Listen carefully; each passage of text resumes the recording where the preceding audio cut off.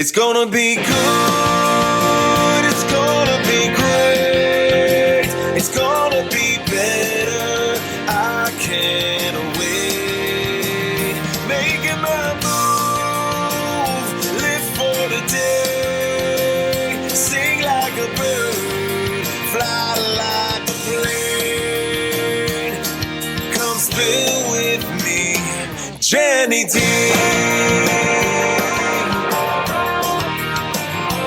Jenny D.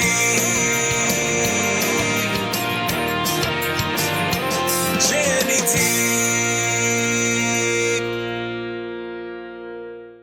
Hello, my beautiful people. Thank you for joining me with another episode on Spill With Me, Jenny D podcast.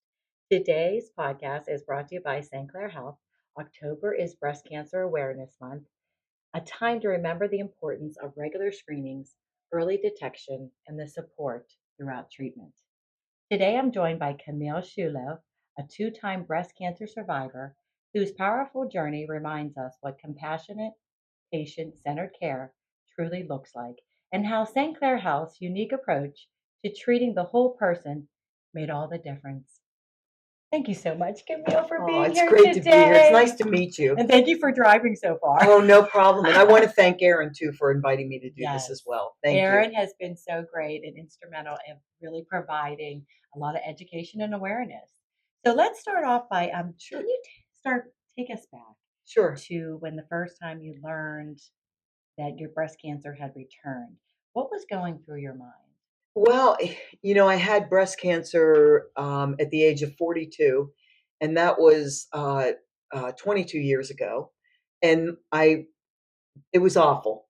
Quite honestly, one of the worst days of my life to hear that you have cancer, Right. not know anything about it, not know where to turn, who to reach out to for treatment.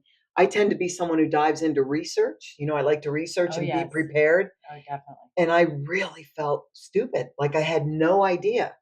So fast forward now 20 years, I went to have my mammogram done by not by St. Clair, but I had my mammogram done on what would have been my 20th anniversary out of breast cancer. Oh, no. And I thought, we're going out to celebrate. It's going to be great. Right. We'll be having a great time. And the radiologist, God bless her, came back and said, Camille, I'm so sorry, but we see two masses in the right breast. First time around, it was my left breast, and now it was the right breast. And I said, "Is this like an April Fool joke, or what? I mean, what are we doing here?" And Right. they said, "No, you need to go get this checked out." So that began the journey. I went to another facility, another hospital, to have the initial stereotactic and ultrasound guided biopsies done. Right. And when I got the results of that, which was September 18th of 2023, I knew for sure that I was facing breast cancer for a second time. The good news was I knew exactly where I was going to go this time around. Right. And the reason for that is my dear Aunt Lorraine Sciullo, who passed away several years ago, had told me when I was first diagnosed, she said, Camille, you have to go to Ray Budway. You got to go see Dr. Budway. Really? Yeah, at St. Clair. And she knew her. She was friends with her. Okay. And that was when Dr. Ray was working in another Pittsburgh hospital before she came here. Right. So I said, I don't know. I don't know about that. I've gotten other suggestions. I'm going to go ahead and do everything my way, Right. which I did. And it was okay.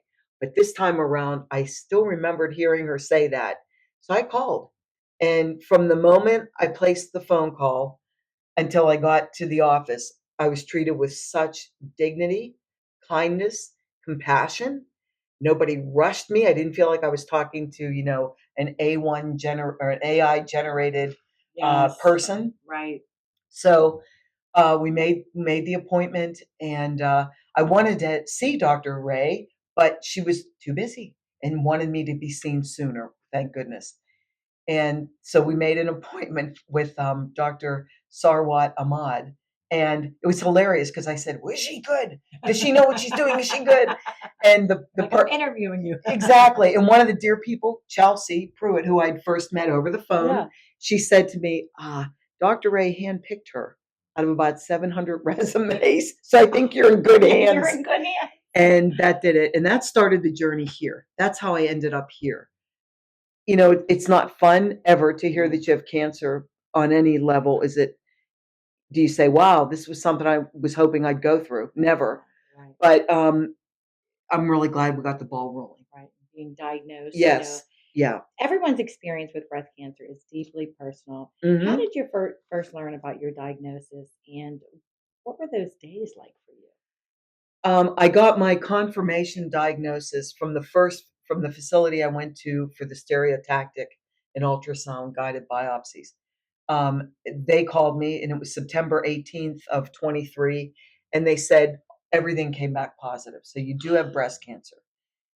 And then I began to make the appointments. It wasn't easy. I'm self-employed, or I was at the time. I'm recently retired. Um, and all I could think of was, how am I going to run my business? And I also have family members, elderly parents, who my mom has Alzheimer's. My dad is elderly. He's healthy, but he is older. He's 93. And I thought to myself, how am I going to care for them, take care of business, and take care of myself? How am I going to do that? And once I got over that sort of initial shock and began to get organized and know next steps, I got in to see Dr. Ahmad, and her staff, like I said, was awesome.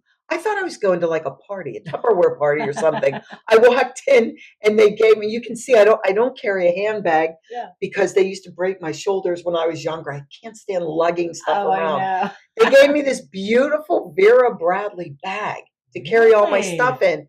And I had a dear friend with me, and she said to me, "You're not the girly girl. Give me that. I want that." And you're like, hey, I'll take that off your hands. Exactly.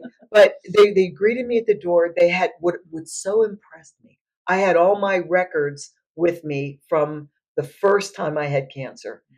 And Dr. Ahmad came into the appointment so prepared. She had reviewed those records. That doesn't always happen. Right. It really doesn't. Yeah, but plus too, they have a patient who's been through it, so you had a lot of like knowledge about what you wanted, True. and what you could go through. Too. True. That I is- really did.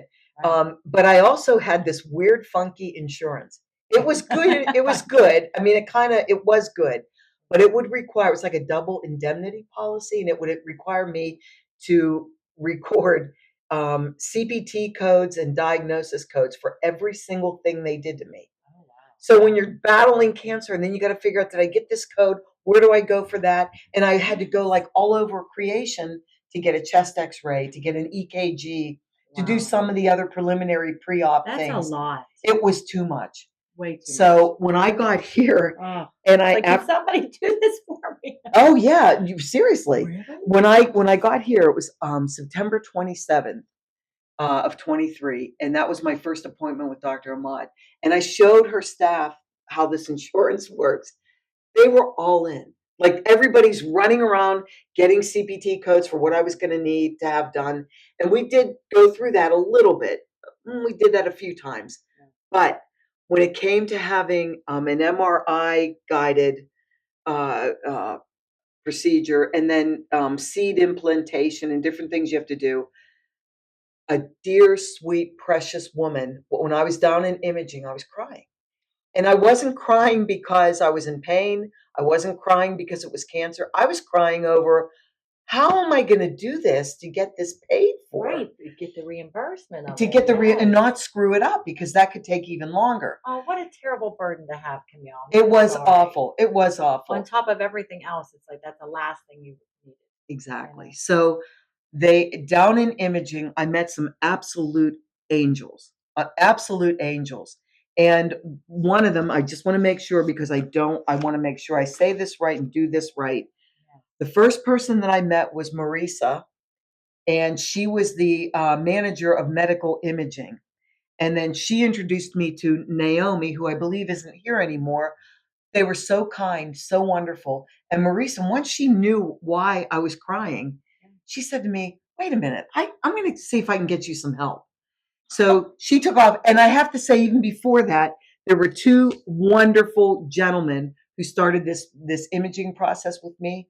Right. They were so kind. One of them was Jonathan, and one of them was Kaz. I'll never forget Kaz. Very tall man.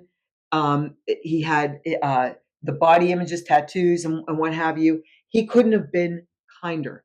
He had a heart for what he did. It was absolutely obvious. That's what His he heart said. was every bit as large as he was in Oh. height.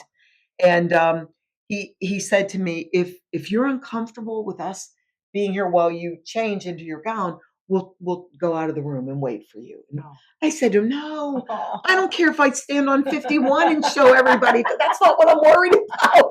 I have to worry about You paying have for such this. a wonderful personality. I just met Camille, and We're Italian. We've totally bonded, do, I think. we We just do. have totally bonded. But I can see why they wanted to help you too. And Oh the my care here, goodness. you are just a wonderful soul. I can tell. Well, they are as well. So they went off and brought me a lady. Her name is Jeanette Petruska.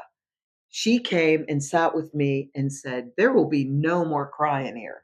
If that's what you're crying about, you have cancer in two spots in one breast. If this is what you're crying about, we're going to take care of you. We're going to help She you. gave you tough love. She gave me tough love, and she actually did what she said she was going to do. What I didn't know at the time, and I think many people at St. Clair don't know this, there's a program called breast and cervical cancer treatment program. That's what it is. Mm. Jeanette was one of the co-authors of this program. It's a form of Medicaid to help women who are going to be low income or are low income due to their circumstances, and they get tremendous help through this. That's a wonderful story. She told me about it, and I said, I can't do that. I don't want to take from somebody else that might need this more than me. And she said to me, honey, you need this. Right. We're going One to of the help ones you. that need it. She sat with me. She helped me with the application. She really was a godsend. I went home after all of this. That day was a very bad day and a very good day. And when I got home the next morning, I called whoever she gave me the names of. I called. We submitted. Oh, the application came back over to Chelsea, who got Dr. Ahmad to do her part of it. And I got a call in about a week's time saying, you are accepted into the program. Oh, I what a no heaven longer, sent. I You didn't canceled. have to sit there and do all this and I ask. canceled the insurance I had, and it has been an absolute godsend. They took care of everything for me, everything for They me. took that burden right off. They took that burden right off of me, and I would have never known about this had I not come here. Right. And I know, because like my next question was like, what stood out the most about your first experience with the care team? But I think that you just answered I it answered it. because they helped you through something that you don't think doctors and nurses at hospitals will say, hey, let me help you with the insurance and how you're going to pay these bills, because that is the hardest thing as a patient. Oh, yeah. Knowing that you have that burden of like, how am I going to afford this? I have to get this How am surgery. I I have gonna to do- get this MRI. And I was healthy for 20 years. I was Right. fine and was able to work. And I took care of family members besides my parents. So there was a lot there. And Yeah. not only that, I think what was so amazing to me, Jenny, was that she came in there and just did it. Mm-hmm. And Hands-on, yeah. helped me, really helped me. Like, here, just call that number. She didn't do that. Didn't say, what a shame. We wish you luck. Yeah, sorry. I'll pray for you. Sorry Wish you about your luck. luck. Yeah. You go Sorry. out, your head's spinning, Yes. you're taking in all this information. So that's how things began. And from there, it was just an absolute joy. If I needed You knew something, you I were didn't there. understand something, not only about the finances, but about my care. What are we going to do? I didn't want to have a mastectomy if I could help it. I mean, I had resigned myself to the fact that that might be a very real possibility. I might have to have that, and I would deal with it. But if there was a way not to, I would, the doctor said to me, how do you feel about that breast? And I said, Right. well, she and I go back a Right. ways, They match. Right. Well, not exactly from the other one. Oh, right. Right. But, so we talked about it, and thankfully, she really worked hard to come up with a way to do it and save it. And I'm grateful. Oh, I love that. I'm so so the grateful. environment, talking about that, the environment here is really just outstanding. It's because patient care. centric. Yes. Patient centric. Centric. Yes. That is the word. I mean, I'm working on taglines for them because Yes. they need to You promote should do their themselves more. advertising. They have to do it. I feel like I feel a You're the debt of gratitude. spokesperson. I really do. I'll But be sure. even having like, we've talked about this before too, when you are a patient Hmm. wherever you go, when you have that great care that you had here at St. Clair Health, Mhm. it's nice to tell other people so they know too. It Like, hey, is. if you are having something done or you need this, Yeah. check this out. I've told many women, I've told 3 within the last couple of months Yes. about the treatment that I received here. Right. There's a level I can confidently say that because I've And you been know them through it. all by name now. I do pretty much. Pretty much. You too. Well, yeah. So the other question we did have was what kind of support and helpful along the way, but you described it. It was a lot of help with the finances because that was that one of the biggest burdens too. Like when you first were It made me diagnosed. cry. I don't Yeah. cry. It made me cry. I just kept thinking to myself, how am I going to do this? How much will they reimburse? I don't really know. How is this going to work? It was good for me at the time Right. because I am self-employed. It was good for me at the time. It was low cost and it did cover things that I could manage. But this is a behemoth. When you Right. hear this is a David and Goliath kind of Right. situation. Because you think about like, some people have to, or if they're a single mom, or they don't have the income, or they have to give up their Mhm. job to go through treatment. So that was such a heaven sent to have them teach, and It show really you was. Oh, yeah. exactly, what was going on. Every person on the staff, too, is knowledgeable, is kind and compassionate. The thing that impresses me is that most of the folks in imaging, including mammography, have been with this hospital a long time and with Yes. this breast care center a long time. Right. I think the woman who gave me my last mammogram has been here 22 years. I wonder if that's who we interviewed. Erin's off to the side, but I wonder if that's who we interviewed when I don't know. she was wonderful, but she has been here a Yeah, a very long long and time. I come in, she's like, "Hey, Jen," like, so she knows me by name. Yeah, right. That's why I love it here as well. Well, it's your personality as well. Oh, Who could not talk to you? I talk too much, so it's done. At least I'm not doing my hand. Hey, that's fine with me. I'm right at home. So some people draw strength from faith, Yes, optimism, and community. What helped you stay grounded and hopeful during your treatment? 2 things. Faith, for sure. I go to daily mass. I love the Lord Jesus, and I love my faith. Faith is so important. It's also wonderful when you're in an environment where I can wear my crucifix. I can, say a prayer with somebody, which was such a privilege to do in the radiation department. I was able to pray for a woman who was really scared. She had very serious cancer, and she was terrified. And I was able to pray with her, and nobody said anything, She and you wouldn't didn't get cry. the dirty looks or whatever. So that was great. And the second thing is to build a support system. I have wonderful, wonderful friends and family. My mom, the first time around, my mother was with me every step of the way. She's a retired OBGYN nurse from West Penn Hospital years and years ago. She went through every phase, so I missed her this time. But I have a dear friend, Linda. I have a dear friend, Maxine, in Alabama. I have tremendous support in my neighborhood. Our neighbors were always there asking if they could do things, and I'm very grateful. I think you have to reach out and then look for the angels. When you get this diagnosis, God puts people in your path that really are helpful. Right. And all these wonderful people here were just an absolute blessing.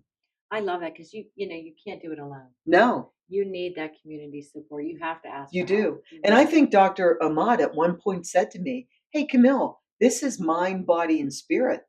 The 3 work together. That's how this works." Oh, Yeah, wow. yeah, and she would always tell me that I was in her prayers, and I'm very grateful for that. Oh, I Very know. grateful. You've now come through an incredible, challenging Yeah, chapter. How does it feel to be on the other side of it's fantastic for many reasons. First, I'm grateful. It increases your gratitude. it? It's a biggie. Blessings. It is. Yes. Every day I'm grateful and thankful. Um, and it also gives me the opportunity to help. When somebody is scared about cancer, whether it be colon or ovarian, breast, whatever it is. I've been there. I've been there. I've gone through treatment. The first time I had cancer, I had to go through chemotherapy, so I know what that felt like. Thanks be to God, this time I didn't have to Oh, do really? that. You didn't go through? I had surgery twice, Okay.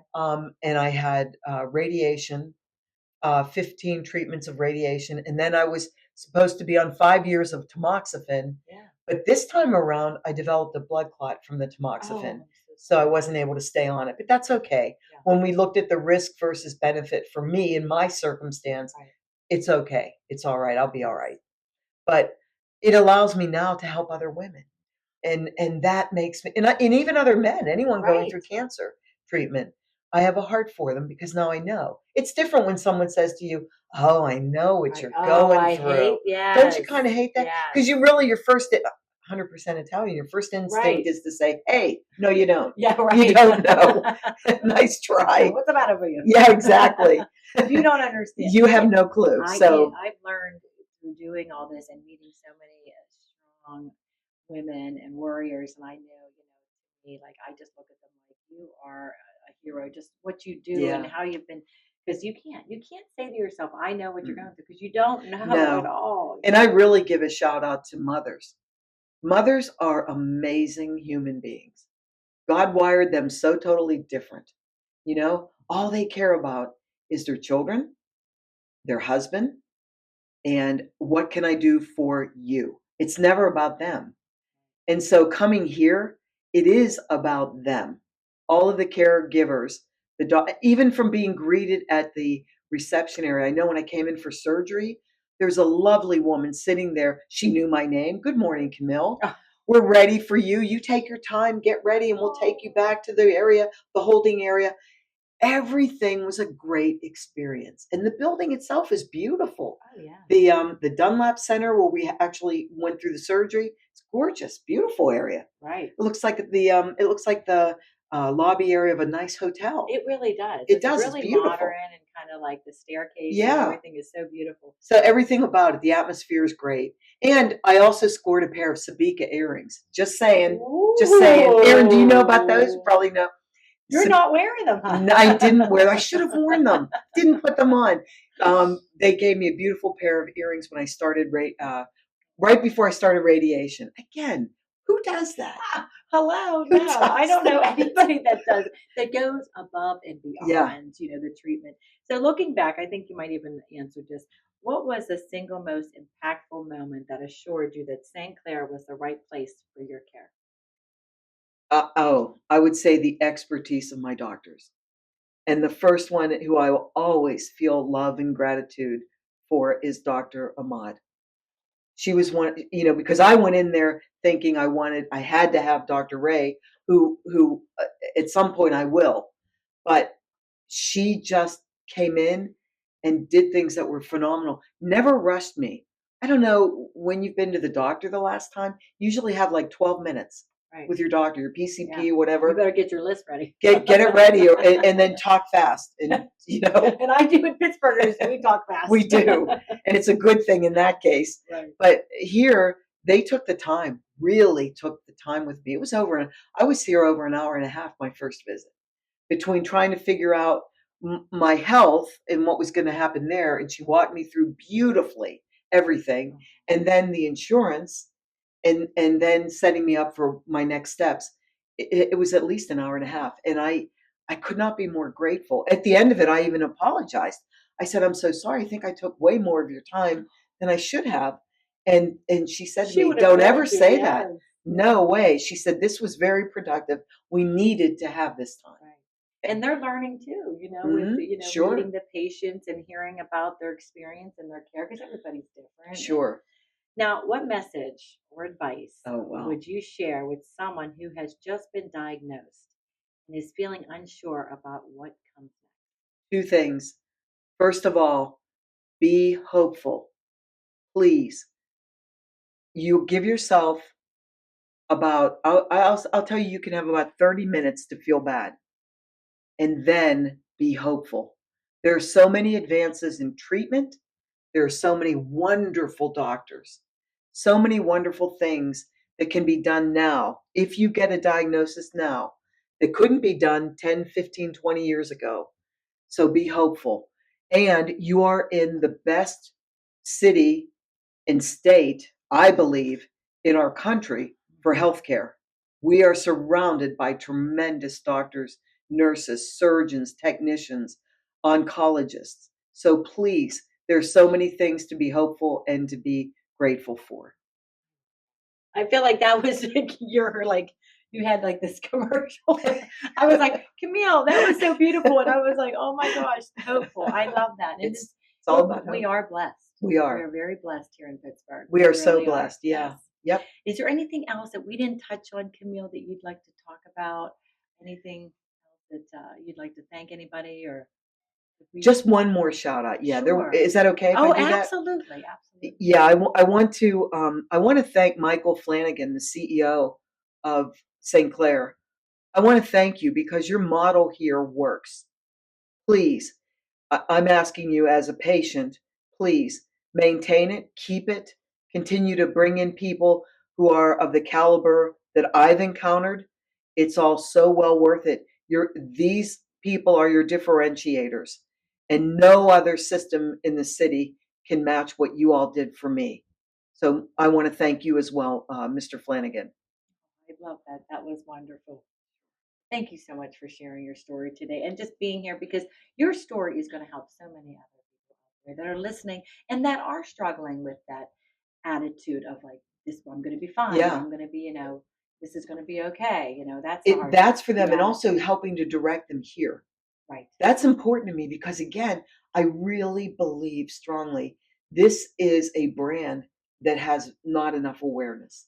No. It just doesn't. Right. I was talking to Aaron about this too. It's like this is a community hospital here. Mhm. Not And many left. no, right? Right? And I feel like you do get that special treatment, Mhm. because you are one on one with people. Like you're not just a number or, you're not line out the door. And like you said, you're not in and out, in and out. You're getting that quality time Yeah. with your It's second to none. It It really really is. is second to none. Yeah. And thank you for like reminding us, healing goes far beyond medicine.